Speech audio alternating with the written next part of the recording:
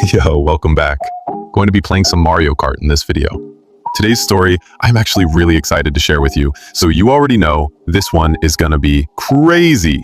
I'll be dropping my thoughts here and there throughout the video. Still your favorite narrator for now. Let's get into the story. I asked my crush out in the hallway, and she grabbed the flowers out of my hand and said, "I would never be seen with someone like you." She snapped the stem in half when she said it. I was standing in the middle of the courtyard during lunch, holding a single red rose that I bought from the flower shop near the bus stop on my way to school that morning. It cost me $8, which was most of what I had left from my paycheck at the grocery store where I bagged and stocked shelves every weekend. I walked up to Ren Castellano in front of the fountain where she always sat with her friends, and I asked her if she wanted to go to homecoming with me. I kept it simple. I said, "Hey Ren, I think you're really cool, and I was wondering if you'd want to go to homecoming with me." I held out the rose. My hands were a little shaky, but I said every word clearly because I had practiced it the night before in my room, while my younger brother threw a tennis ball at the wall and told me I was going to choke. I didn't choke. I said exactly what I planned to say. Ren looked at the rose and then looked at me and then looked at her friends who were already watching with that expression people get when they know something entertaining is about to happen. Ren took the rose from my hand. For 1 second I thought she was accepting it. Then she snapped the stem in half and dropped both pieces on the ground between us and said I would never date someone like you. She said it in her full voice, not a whisper, not a side comment. Her full voice in the middle of a courtyard where at least 50 kids were eating lunch. One of her friends covered her mouth. A group of guys at the table behind her started clapping like they had just watched a highlight on television. Somebody from across the courtyard yelled, "You just got destroyed, bro," and the whole area erupted. Ren sat back down and flipped her hair and started talking to her friends like I had already stopped existing. I stood there for a second looking at the broken rose on the concrete. Then I picked up both pieces because my mother raised me to clean up after myself, and I walked back inside the building and went straight to the bathroom and locked myself in a stall and stood there for 10 minutes breathing. I didn't cry. I wanted to, but I didn't because the bathroom wasn't empty and I could hear 2 other guys talking by the sinks, and I was not going to give this school another piece of me to pass around. By 6th period, the whole school knew. A guy in my weight training class called me Rose Boy. Someone in the locker room asked me if I wanted to borrow a pair so that next time I'd have the guts to talk to a girl in my own league. My friend Scotty told 3 different people to shut up, but the jokes kept coming because high school is a machine that runs on other people's pain, and I had just given it fuel for a month. The worst part wasn't the rejection. The worst part was that nobody talked about what Ren did. Nobody said she was cruel. Nobody said snapping a flower in a guy's face was wrong. They said I should have known better. They said Ren was out of my league. They said a bag boy at a grocery store doesn't ask out Ren Castellano and expect anything but what I got. Like my job and my bus ride and my $8 rose were the reasons I deserved to be embarrassed in front of 50 people. Like she was a prize I hadn't earned the right to reach for, instead of a person I liked who could have just said no thank you and let me walk away with my dignity. I almost didn't go to homecoming. Scotty talked me into it. He said we'd go as a group with some guys from our weight training class and that nobody would even remember the courtyard thing by then. He was wrong. People remembered. But I went anyway because I bought a shirt and tie from the thrift store and my mother pressed them for me and I wasn't going to waste that. Ren was there. She came with Leon Delk, who was a senior with a truck and a leather jacket and the kind of jaw that made freshman girls walk into walls. They walked in together and Ren was glowing and Leon had his hand on her lower back and they looked like the couple the school voted for before anyone actually voted. I stayed on my side of the gym. I hung out with Scotty and the guys and we ate bad food and made fun of the DJ, and I was starting to feel like maybe the night wasn't a total loss. Around 9 o'clock I was refilling my cup near the bleachers and I saw Ren sitting by herself at one of the round tables. Her clutch was on the table and her chin was in her hand and she was watching Leon across the gym. He was leaning against the wall talking to a girl from the volleyball team. Not just talking, he was touching her hair. He was standing so close their shoes were touching and he was smiling at her the way a guy smiles when he wants a girl to know she's the only person in the room. Ren watched every second of it. Her face looked exactly like mine felt in that courtyard 3 weeks ago. Then she saw me. The second Ren saw me, her expression changed. Not into shame, not right away. First it turned hard, like she could still muscle her way out of the moment if she acted like she was above it. Then Leon leaned closer to the volleyball girl and tucked a strand of hair behind her ear like Ren wasn't even in the same building. That was when the hard expression cracked. I should have looked away. I should have taken my flat fruit punch and gone back to Scotty and the guys and let the universe do what it was clearly trying to do. Instead, I stood there near the bleachers holding a paper cup and watched the girl who had smashed me open in public realize she wasn't special enough to be protected from the exact same feeling. Ren stood up so fast her chair scraped backward. She walked straight across the gym toward Leon. I couldn't hear her over the music, but everybody around them could tell it was bad from the body language alone. Leon turned with that annoyed look some guys wear when they think being confronted is ruder than cheating. Ren said something sharp. Leon shrugged. Ren pointed toward the volleyball girl. Leon laughed in her face. Then Ren slapped him. It cracked across the gym louder than the speakers. The music didn't stop, but the room changed anyway. Heads turned. Conversations died. Even the DJ looked up. Leon touched his cheek, looked around to see who had witnessed it, and muttered something at Ren that made one of the girls near him flinch. Then he walked out like he was the one who had been wronged. The volleyball girl followed 10 seconds later, pretending not to know him. Ren stood there alone in the middle of the gym floor with half the room staring at her. For one awful second, I saw exactly what she'd done to me. Not the details, the shape of it. A whole crowd deciding your humiliation belongs to them now. Ren grabbed her clutch and rushed out of the gym. Scotty appeared beside me with a plate of stale nachos. "Well," he said. "Yeah, you know what this means, right?" I looked at him. He lowered his voice. "By Monday, nobody is gonna care about your flower thing anymore." He wasn't wrong. That didn't make me feel good. By first period Monday, Rose Boy was dead and buried. Ren slapping Leon had replaced it in the school food chain. Everybody had a version of the story. In some versions, Leon had been caught making out with Talia Merritt behind the bleachers. In others, he had dumped Ren right there in front of the photo booth. In one especially stupid version, Ren threw her shoe at him after the slap and missed. High school does not let facts get in the way of a good humiliation. What bothered me was how quickly the school flipped. The same people who laughed when Ren wrecked me were suddenly acting like she'd always been unstable. Girls who used to hover around her now kept their distance like whatever happened at homecoming could stain them. Guys who had spent 2 years trying to get her attention were now calling her crazy loud enough for teachers to hear. It was ugly, but it was familiar. The machine had found a new body to feed on. At lunch on Tuesday, Ren walked into the cafeteria alone. That by itself made half the room look up. Her usual table near the windows was full. Every seat. 2 girls who had been in all her group photos for years were sitting there like they didn't notice her. One of them saw her coming and slid her backpack onto the only empty chair. Ren stopped. Not for long, just long enough for anyone watching to understand what was happening. Then she turned, picked up her tray a little tighter, and walked out the side doors to the courtyard. Scotty watched her go and said, "That was brutal." I stabbed at my fries. "Yeah." He looked at me sideways. "You want me to say she deserves it?" "No." "You want me to say it's karma?" "No." "Then what do you want?" I shrugged. Nothing. That wasn't true. What I wanted was for people to stop acting like public cruelty became less ugly when the target was someone they had decided not to protect anymore. What I wanted was for everybody to admit they loved a human humiliation, as long as it wasn't theirs. After school, I had a shift at the grocery store. I changed into my green polo in the employee bathroom, clocked in, and spent 3 hours bagging milk and frozen waffles and paper towels for people who never looked me in the eye. Around 7, I was gathering carts in the parking lot when a silver SUV flew in too fast and parked crooked over the line. Ren got out of the passenger side. Her mother came out right after her. I knew her mother by reputation, even if I'd never spoken to her. Linda Castellanos sold expensive houses and looked like she had been assembled by a team. Hair in place, makeup perfect, smile that never reached the eyes. Ren slammed her door and headed for the store. Linda grabbed her arm. I wasn't close enough to hear the first few words, but Ren yanked free and said, "Stop touching me." Linda lowered her voice, then glanced in my direction when she noticed I was nearby. Her face sharpened the way adults' faces do when they realize there is a witness. Ren didn't care. "You care more that everyone saw it than that he humiliated me," she said. Linda hissed something. Then Ren laughed, and it was the ugliest laugh I'd ever heard from a teenager. "You sound just like me." She shoved past her mother and went inside. Linda stayed still for 1 second, then followed her with the kind of posture that told me she would rather have broken a heel than lost control in a parking lot. That line stayed with me all night. "You sound just like me." When my shift ended, my mother picked me up because the late bus had already stopped. She took one look at my face and asked, "You want pancakes?" That was her way of asking if something had happened. My mom believes most bad days improve with food and a kitchen table. She is usually right. While she mixed batter, I sat on the counter and told her a watered-down version. "A girl from school said something awful to me a few weeks ago," I said, "and now something bad happened to her, and I thought I'd feel better than I do." My mom whisked the batter like the bowl had insulted her. "Do you feel sorry for her?" "I don't know. Do you still feel hurt?" "Yeah," she nodded. "Both can live in the same house." Nah, that line is insane.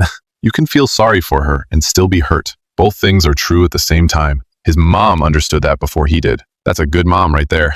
That sounded like something she'd been carrying a long time before she ever said it to me. For the next week, Ren's fall kept going. Leon posted a picture in Talia's truck. Somebody made a fake account called Slap Queen. Her friends drifted. Her teachers started pulling her aside in hallways. Even from a distance, I could tell she was exhausted. The polished version of her had started fraying at the edges. She wore hoodies instead of fitted sweaters. She stopped doing her hair. She moved through school like she was trying not to catch anybody's eye. One Friday after last bell, I was at my locker shoving books into my backpack when I heard my name. I turned. Ren stood 6 feet away in a gray sweatshirt and no makeup. She looked younger without the armor. That somehow made me more uneasy, not less. "Can I talk to you?" she asked. Everything in me said no. Pride said no. Common sense said no. Memory definitely said no. But the hallway was almost empty, and I had spent too many weeks wishing she would at least acknowledge what she had done. So I said, "Okay." She stepped closer, then stopped. What I did in the courtyard was cruel. I said nothing. She took a breath. I keep trying to make it sound better in my own head, like I panicked, or my friends were watching, or I was trying to be funny. But the truth is, I wanted them to laugh. I wanted to feel bigger than you for a minute. That honesty hit harder than any excuse would have. I knew exactly what I was doing, she said, "and I'm sorry." I looked at her for a long time. The apology was real. I could tell. That didn't make the bruise disappear. "Why now?" I asked. She let out a tiny bitter laugh, because getting humiliated is apparently very educational. That made something ugly flare up in me. "So this is about you feeling bad now?" She flinched. "No, I mean yes, obviously I feel bad, but that's not why I'm here. I'm here because I know what I did to you. I know I made you into entertainment. I know people treated you like you were stupid for even trying, and I know I started that." My throat felt tight. "Yeah, you did." She nodded once. No defense, no denial. Then she pulled something from her hoodie pocket. A red rose. My whole body went cold. She held it toward me and said, "I know this is stupid." "It is," I figured. Neither of us moved. Finally I said, "I don't want that." Her hand dropped immediately. "Okay." She looked like she wanted to say more but didn't. Then she nodded and turned away. I should have let her go. Instead I said, "You should apologize to Scotty too." She looked back. "You called him weird and desperate for being my friend." Her face tightened. "I forgot I said that." "I didn't." She swallowed. "Okay." Then she left. On Monday she apologized to Scotty outside the weight room. He came to me afterward looking stunned. "She told me I was loyal," he said. "That's true." Then she asked if I hated her. "What did you say?" He shrugged. I said I didn't know her well enough to hate her. Then I told her she was kind of terrifying. That got the first real laugh out of me in days. After that, things didn't magically become soft and pretty. We didn't turn into friends overnight. She didn't earn instant redemption because she finally figured out basic decency. Mostly, what happened was, we stopped being symbols to each other. A few days later, she showed up at the grocery store while I was restocking canned soup. She stared at the shelves, then at me. "Do you know where the baking soda is?" I blinked. "Aisle 3, thanks." She started to leave, then turned back. "Do people from school make fun of you for working here?" "Some." She shifted her basket on her hip. "That's dumb." I leaned against the cart. "Useful information." About a month late, she winced. "Yeah." Then she left. The next time I saw her was in tutoring. She was failing algebra, and our teacher had started a peer help thing after school. I was one of the students who helped because numbers made sense to me in a way people never had. Ren walked into the library, saw me at the tutoring table, and visibly considered leaving. Our teacher blocked that option immediately. "Perfect. Sit with him." Ren sat across from me like the chair had insulted her family. We spent 40 minutes working through equations. She was better than she pretended to be. She just got frustrated fast and covered it with attitude. "Why does X need so much attention?" she muttered at one point. "Because X has unresolved issues." That made her snort. Then she looked annoyed that she'd laughed. Tutoring became a weekly thing. At first we only talked about math. Then it became math plus random side comments. Then actual conversation. Not deep at first, just small cracks in the wall. She told me she hated the way everybody assumed she was mean all the time now. Like one public mistake had rewritten her entire personality. I wanted to say it wasn't one mistake, but I understood the feeling too well to be cruel about it. One evening at the library, while she was erasing a problem hard enough to tear the paper, she said, "Do you know what the worst part is?" "What?" "I don't even know if people ever liked me or if they just liked standing near me." That one stayed quiet between us for a second. Then I said, "Probably both." She gave me a tired smile. "Thanks. That was less comforting than I hoped." "Sorry. No, it was honest." Honest became our thing after that. Not kind, not brutal, just honest. She asked why I worked weekends instead of playing sports, and I told her because bus passes and groceries didn't appear by magic. I asked if she had always been obsessed with what people thought of her, and she said no, but her mother had been obsessed enough for both of them. That part I learned in pieces. One Saturday, I was at the community center waiting for my little brother's basketball practice to finish when I heard Linda Castellanos' voice through a half-open meeting room door. "I don't care if she's upset," Linda said. "I care that she's become unpredictable." Another woman said something too low to catch, Linda went on. "She slapped a boy in public and now every parent thinks my daughter is unstable. Do you understand what that does to perception?" I froze. Then Ren's voice cut through from farther inside the room. "It's amazing how every bad thing that happens to me becomes about your reputation." Silence. Then Linda, low and sharp, "Lower your voice." "No." A chair scraped. Footsteps. I stepped back just before Ren came into the hallway. She saw me and immediately knew what I'd heard. For 1 second I thought she'd pretend everything was fine. Instead she laughed without humor and said, "Great. Audience." Linda came out behind her with her fixed smile already back in place. Teenagers can be dramatic. I looked at her and thought about the courtyard, the parking lot, the homecoming slap, the tutoring table, all of it. Then I said, "Adults teach them how." Linda's smile twitched. Ren stared at me like she didn't quite know what to do do with that. After that day, I understood more than I wanted to. Ren hadn't invented cruelty. She had inherited a polished version of it and then performed it better than most people around her. That didn't excuse what she did to me. It just gave it roots. By winter, we had settled into something strange. Not friendship exactly. Not enemies. More like witnesses. People who had seen each other at their ugliest and kept talking anyway. She started painting again. I found that out because she showed me a photo on her phone one night at the grocery store. Big, messy strokes of color. Nothing polished. Nothing social media perfect. My mother says it looks unfinished, she said. It is unfinished. I know. She meant emotionally. I looked at the painting again. I like it. She smiled at the screen. I do too. That smile was different from the one she used to wear at school. Smaller. Realer. It made her look more like a person than a performance. In February, I got into state on a partial scholarship. I printed the acceptance email because our home printer only worked when it felt spiritually aligned, and my mother cried in the kitchen while my little brother jumped around yelling that I was leaving him with all the chores. The next day at school, Scotty told half the building before I could stop him. Ren found me by the lockers. Engineering, right? Probably. You'll be good at that. I shrugged. You don't know that. She tilted her head. You think before you speak. You notice details. You like things that make sense. That's basically the whole field. I laughed. That's not the whole field. It's enough of it. A week later, she got into Northridge, a private school 3 hours away. She showed me her acceptance on her phone and then immediately said, my mom wanted Easton because the families are richer and the alumni network is better. Do you want Easton? No. Then don't go there. She looked at me like I had suggested she set the house on fire. You make that sound simple. It's simple, not easy. She stared at the acceptance screen for a second. I don't know how to make decisions that belong to me yet. That might have been the saddest thing she ever said. Spring came slowly. The school found new people to tear apart. A sophomore got caught cheating on 3 exams. A teacher was investigated for changing grades. A kid in band got caught throwing up behind the gym during Spirit Week. The machine kept eating. Ren and I kept talking. One afternoon, I was sitting on the curb waiting for the bus when she came over and sat down beside me in a skirt that definitely was not meant for curbs. We watched cars pull out of the lot. Then she said, I used to think being admired was the same thing as being safe. I turned to look at her. She kept staring straight ahead. If everybody wanted my approval, then nobody could hurt me first. Did it work? I asked. She smiled without humor. Not even a little. The bus turned the corner at the end of the street. Right before I stood up, she said, do you think you'll ever forgive me? That was the question that had been sitting between us for months. I thought about the courtyard, the broken rose, the bathroom stall, the weeks of hearing people laugh when I walked past. I thought about her apology, her mother, the tutoring table, the paintings. Finally, I said, I think I'm not carrying it the same way anymore. She looked down at her hands. That's probably fair. Prom season hit in May. Scotty got asked by a girl from choir who thought he was funny. I was not planning to go because I had work that weekend and dances seemed determined to be bad for my self-esteem. 3 days before prom, Ren found me at my locker holding a small white envelope. I immediately said, no. She blinked. You don't even know what this is. It's prom related. I can tell. She laughed. Open it. Inside was $40 and a note. I looked up. What is this? The Rose Reimbursement Fund, she said. $8 principal. Emotional interest added. I laughed so hard I had to lean against the locker. When I looked down at the note again, it wasn't a joke. It said, for the flower, for the cruelty, for making you into a story for other people. You didn't deserve it. I handed the money back. I can't take this. I know. I just wanted to give something back. I kept the note. That weekend, Ren was supposed to go to prom with some boy her mother approved of. Instead, she walked out in the middle of pre-prom pictures when Linda started directing her like a pageant contestant and criticizing the way she stood. I wasn't there for that part. I heard it later from Scotty, then from Ren herself when she showed up at the grocery store at closing in jeans and smeared makeup. I left, she said. Good, I answered. Really? Did you leave for you or to upset your mom? She considered that. 70% me, 30% collateral damage. Acceptable. She smiled and then pulled out her phone to show me her latest painting. It was bright and chaotic and alive in a way she hadn't been at the beginning of the year. Better? She asked. Way better. Than the painting or than me? I met her eyes. Both. Graduation came hot and loud and uncomfortable under our gowns. My mother cried before they even called my name. Scotty nearly tripped walking across the stage. My little brother screamed like I had won a championship. Ren graduated too. Her mother was there in pearls and a camera-ready smile. People were hugging and taking photos and sweating through their nice clothes when I turned around and saw Ren walking toward me across the football field. She stopped in front of me and held out a single red rose. Whole this time. No audience, no laughter, no show. Thought I'd return the symbolism, she said. I took it carefully. Thanks. She looked at me for a second and said, you were never someone I was too good to be seen with. I just didn't know how to be decent without an audience to reward it. That was about as close to a perfect apology as real life ever gets. I smiled a little. I know. My mother, who understood more than I ever told her, quietly herded my brother and Scotty away so we had a minute. Ren looked out over the field. I'm going to Northridge. Good. I told my mother yesterday and didn't ask permission. How'd that go? Like a plane crash in a jewelry store. I laughed. Then she asked, what happens after this? I looked down at the rose in my hand. I don't know. That was the truth. I liked her more than I wanted to, but liking someone after they've hurt you and changed isn't the same as trusting them. Trust takes longer. So I said, maybe we stop trying to turn everything into a scene and just see what survives real life. Her eyes softened. That sounded very engineering of you. Thanks. I meant it as a compliment. She stepped forward and hugged me. Brief, careful, real. When she pulled back, she smiled that smaller, real smile again and said, for what it's worth, if you ever ask another girl out with a flower and she does something like that, I will absolutely ruin her life. I laughed. That sounds unhealthy. I know. Growth isn't linear. Then her mother called her name from across the field, sharp as broken glass. Ren rolled her eyes, looked back at me and said, text me when you get your dorm assignment. You text me when you pick your first painting class. Deal. She walked away across the grass with her cap in one hand and her gown open at the front, and for the first time since I had known her, she didn't look like she was performing for anybody. I still went to state. She still went to Northridge. We texted. Not constantly. Just enough. A picture of my terrible dining hall pizza, a photo of one of her canvases, complaints about professors, jokes about how engineers think in diagrams and art students think in emotional weather systems. In October, I mailed her a little travel paint set from the bookstore near campus with a note that said for unfinished things. A week later, she mailed me back a Polaroid of a painting in progress and wrote on the bottom, for the record, I would be seen with someone like you now. I kept that photo in my desk drawer. So no, this story didn't end with me publicly humiliating her back. It didn't end with me standing in a courtyard and breaking something she offered me while everybody laughed. That would have been easy, symmetrical, cheap. It ended better. It ended with me keeping my dignity even after she tried to take it. It ended with her learning that being wanted is not the same thing as being good. And it ended with a whole red rose finally making it into my hand without breaking first. After everything,